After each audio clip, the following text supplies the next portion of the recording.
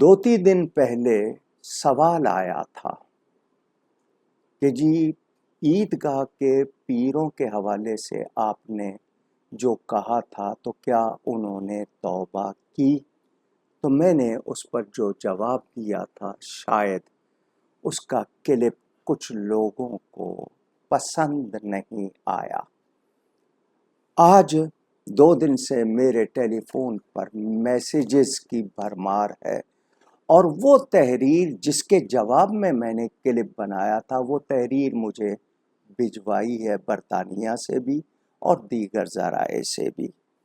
میں ان سے عیدگاہ کے پیروں سے کوئی ذاتی اختلاف نہیں رکھتا۔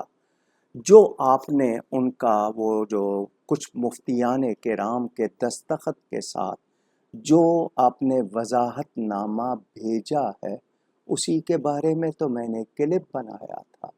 یہی تو کہا تھا کہ یہ ادھورا ہے، نامکمل ہے، اور معاف کیجیے گا اس میں کچھ باتیں جھوٹ بھی ہیں۔ وہ جس کانفرنس میں گئے تھے وہ بین المذاہب مکالمہ نہیں تھا، بلکہ وہ مذہبی آزادی کے لیے بلایا گیا اجلاس تھا، اور جس نے بلایا تھا وہ بھی غیر مسلم تھا۔ اور اس کے لیے یہ کہنا کہ جی لارڈ طارق کے حوالے سے یہ بے خبر تھے، یہ بات مانی نہیں جا سکتی، کیونکہ کتنا پرانا تعلق، وہ لارڈ طارق، اس کے حوالے سے کتنی باتیں۔ تو اصل مسئلہ یہ ہے کہ عیدگاہ کے پیر صاحبان کو بچانے کے لیے عرض کی تھی کہ 2 باتیں ہیں۔ یا تو آپ یہ کہیں کہ لارڈ طارق اور لارڈ سنگھ کے درمیان جو بات منظر عام پر سرکاری ویب سائٹ پر برطانیہ کی آئی ہے، آپ اس کو کہیں کہ اس نے جھوٹ بولا ہے، ہماری شہرت کو داغدار کیا ہے۔ لازمی بات ہے جب آپ یہ کہیں گے تو وہ ہمارے سامنے ہو جائے گا کہ آپ نے ان کی بات کو جھوٹا کہا ہے۔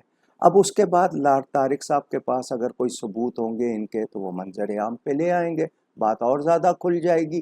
ورنہ یہ کہیں کہ ہم سے غلطی ہوئی، ان سے رابطہ، دعوت قبول کرنا، بھلے آپ اس کانفرنس میں نہیں بیٹھے مگر آپ نے دعوت قبول کی، اور اس کے مطابق جو شرعی احکام ہے آپ کہیں کہ ہم سے غلطی ہو گئی ہے، ہم اللہ کی بارگاہ میں توبہ کرتے ہیں، اور اس لارڈ طارق کو قادیانی کو کافر کہیں، قادیانی اور کافر کہیں۔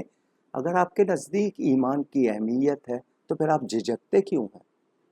وہ جو ایک آپ نے کچھ علماء کے ساتھ بیٹھ کے تحریر بنا لی ہے وہ تو آپ کی تیار کی ہوئی ہے، اس میں اس بات کا جواب نہیں ہے جو میرا مطالبہ ہے، اور یہ میرا مطالبہ ذاتی نہیں ہے، یہ شرعی تقاضا ہے اور آپ کو بچانے کے لیے ہے۔ مجھے لاکھ گالیاں دے لیجئے لیکن میری بات پر توجہ دیجئے کہ میں اپنے لیے نہیں کہہ رہا، مجھے آپ سے کوئی دشمنی نہیں ہے، لیکن آپ قادیانیوں کے لیے بیان نہیں دے رہے، حق بات کہنا نہیں چاہ رہے، غلطی پہ توبہ نہیں کرنا چاہ رہے، تو پھر اس بات کو مجھے وضاحت نامے نہ بھیجیے۔ الحمدللہ جو بھی وہ وضاحت نامہ پڑھے گا اور جو حقائق ہیں ان کو دیکھ کے اندازہ کر لے گا کہ کیا ہو رہا ہے۔ تو قادیانیوں کے لیے تو آپ کے پاس رعایت ہے، ایمان کی کوئی اہمیت نہیں۔ تو میں نے یہ بات اس لیے کی ہے کہ مجھے نہ بھیجیے یہ، میں اس تحریر کو دیکھ کے، اور میں نے جو دوسرا کلپ بنایا تھا اس میں یہی کہا تھا کہ فلاں تاریخ کی لکھی ہوئی ایک تحریر جو جاری کی گئی 3 ہفتے بعد، اسی کے مطابق کلپ بنایا تھا، اس کو سمجھیے، اس پہ غور کیجئے۔ میرا کوئی ذاتی مطالبہ نہیں، کوئی ذاتی دشمنی نہیں، یہ ایمان کا مسئلہ ہے۔ نبی کے دشمنوں کے ساتھ آپ رعایت کریں یا ان کی کسی طرح آپ سہولت کاری یا طرفداری کریں یا ان کے لیے نرم گوشہ ہو، تو پھر اپنے ایمان کے بارے میں خود ہی جان لیجئے۔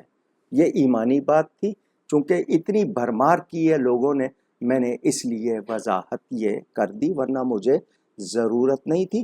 اور وہ بھی 2-3 دن پہلے سوال آیا تو میں نے جواب دیا، میں تو خود گفتگو نہیں کر رہا تھا۔ تو اب بھی میں کہہ رہا ہوں مجھے وضاحتیں نہ دیجئے، اللہ کی بارگاہ میں اپنے آپ کا صحیح موقف پیش کیجئے، مرنا ہے ایک دن، نبی پاک کو منہ دکھانا ہے، اس بات کو پیش نظر رکھیے۔ میں ایمانی بات کر رہا ہوں، کوئی ذاتی جھگڑا مجھے نہیں ہے۔